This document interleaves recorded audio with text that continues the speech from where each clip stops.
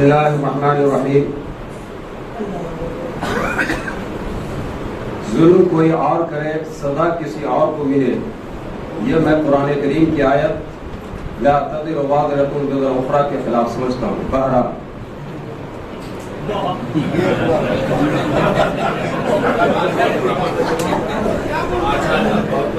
حضرت مولانا عثمان غنی صاحب اپنے فتاوی کی روشنی میں، یہ میرے مقالے کا عنوان ہے، آپ کا ایک نمایاں وصف فقہ و فتاوی میں مہارت کا تھا۔ اللہ تعالیٰ نے آپ کو تفقہ فی الدین کی دولت سے نوازا تھا۔ آپ جہاں جمال فطرت کے قدر شناس، مستعدانہ ذوق و بصیرت کے مالک تھے، وہیں قدرت نے فقیہانہ مزاج بھی ودیت کر رکھی تھی۔ حقیقت یہ ہے کہ آپ اپنی نوعیت کے صرف ایک عالم دین ہی نہیں بلکہ امت مسلمہ پر رب ذوالجلال و کرم کے فضل مبین کا مظہر بھی تھے۔ آپ ایک اچھے مفکر و دانشور اور ایک صاحب رائے فقیہ بھی تھے۔ آپ تقریباً 50 سالوں تک امارت شریعہ کے باوقار اور کلیدی عہدے مفتی پر فائز رہ کر امت کو درپیش مسائل کا حل شریعت اسلامی کی روشنی میں پیش کرتے رہے اور امت ان فتاوے سے فیض یاب ہوتی رہی۔ آپ کے فتاوے کا بڑا ذخیرہ دارالافتاء امارت شریعہ میں رجسٹرڈ نقل فتاوی کی شکل میں محفوظ ہے، جس کی ترتیب و تحقیق کا کام فتاوی امارت شریعہ کے نام سے جاری ہے۔ الحمدللہ اس کی 5 جلدیں منصح شہود پر آ چکی ہیں۔ پہلی اور دوسری جلد کی ترتیب و تحقیق کا کام فقیہ العصر سابق قاضی القضات حضرت مولانا قاضی اسلام قاسمی رحمۃ اللہ علیہ نے انجام دی۔ بقیہ جلدوں پر راتب الحروف نے ترتیب و تحقیق کا کام کیا ہے۔ پہلی جلد میں بانی امارت شریعہ حضرت مولانا ابو المحاسن محمد سجاد رحمۃ اللہ علیہ کے فتاوے ہیں، اور بقیہ جلدوں میں مفتی محمد عثمان غنی صاحب کے علاوہ دیگر مفتیان کرام امارت شریعہ کے فتاوے ہیں۔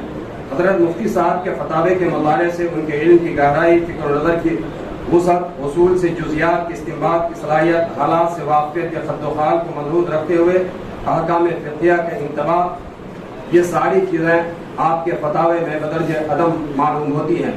آپ کے فتاوے کی زبان سلیس، عام فہم، شستہ، واضح اور دو ٹوک ہوا کرتی ہے۔ چنانچہ آپ سے ایک سوال کیا گیا کہ کوئی شوہر اگر بیوی کو مارے اور خون نکل جائے تو نکاح ٹوٹے گا یا نہیں؟ ایک عالم نے جواب دے دیا کہ نکاح ٹوٹ جائے گا۔ اس کے جواب میں حضرت نے فرمایا کہ شوہر کی مار سے بیوی کا سر ٹوٹے یا ہڈی ٹوٹے اور خون نکلے، اس سے نکاح نہیں ٹوٹے گا۔ جس نے کہا کہ خون نکلنے سے نکاح ٹوٹ گیا وہ جاہل اور گمراہ ہے۔ اسی طریقے سے عام طور پر فتویٰ کسی شخص اور عالم کے خلاف دیا جاتا ہے تاکہ انہیں طعن و تشنیع کا نشانہ بنایا جا سکے۔ ایسے موقع پر مفتی کو بیدار مغز ہونا چاہیے۔ مفتی کو بیدار مغز اور حساس ذہن و دماغ والا ہونا چاہیے۔ جب ان کے سامنے کوئی سوال پیش ہو تو اس کا گہرائی و گہرائی سے مطالعہ کرے، مستفتی کے مقصد کو سمجھنے کی کوشش کرے کہ اس فتوے کا مقصد عمل کرنا ہے یا کسی عالم یا کسی شخص کی توہین و تضلیل یا فریق مخالف پر اپنی برتری ثابت کرنا ہے۔ اس سوال سے مسلمانوں میں اختلاف و انتشار پیدا کرنا ہے یا کوئی اور مقصد۔ ایسے موقع پر مفتی کے لیے ذکاوت و فطانت کی بات یہ ہے کہ شریعت کے حدود میں رہتے ہوئے ایسی رائے اختیار کرے اور اس انداز سے جواب تحریر کرے جس سے اختلاف و انتشار بڑھنے نہ پائے۔ یہ خاص صفت حضرت مولانا مفتی عثمان غنی صاحب کے فتاوے میں واضح طور پر نظر آتی ہے۔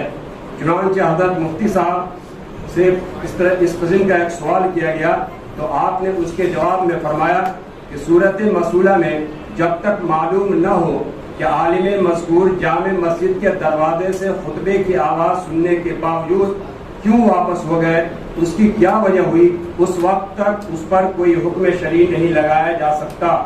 یا عام طور پر سوال کر دیا جاتا کسی بھی عالم کے بارے میں، کسی بڑے کے بارے میں، کسی بھی شخص کے بارے میں، فوراً ہم دو ٹوک فتویٰ دے دیتے ہیں وہ کافر ہو گیا، آخر یہ اسلام ہو گیا۔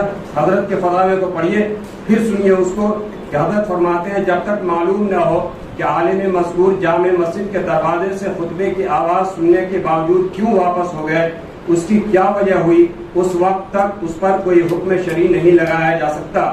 ممکن ہے کوئی شرعی وجہ ہو اور اس صورت میں ان پر کوئی الزام نہیں۔ ہاں اگر محض نفسانیت و تکبر کی بنا پر واپس ہو گئے ہوں تو البتہ عند اللہ وہ مجرم اور گناہگار ہوں گے۔ بہرحال ان کے پیچھے نماز ناجائز نہیں ہوئی، اور ان سے اس حرکت کی بنا پر رنجش اور فتن و فساد نہیں کرنا چاہیے، کیونکہ مسلمانوں کے درمیان ایسے اختلاف کو فتن و فساد کا ذریعہ بنانا بدترین گناہ ہے۔ گویا فتاوی امارت شریعہ میں اتحاد و اتفاق کا بھی درس دیا جاتا ہے۔ یہ خاص بات فتاوی امارت شریعہ کی ہے، یہاں سے جو فتوے دیے جاتے ہیں وہ فتاوی سیاست کی گیج بننے سے محفوظ رہ جاتے ہیں اور امت کو اتحاد اتفاق کا پیغام بھی مل جاتا ہے۔ السلام علیکم ورحمۃ اللہ وبرکاتہ۔